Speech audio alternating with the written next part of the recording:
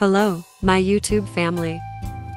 As the scorching summer sun beats down, it's essential to take care of our skin, and what better way than with a homemade face mask?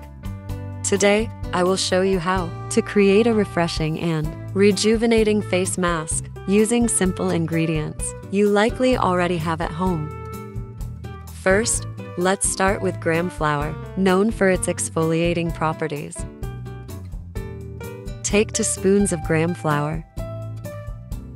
Turmeric is a powerhouse ingredient known for its anti-inflammatory properties.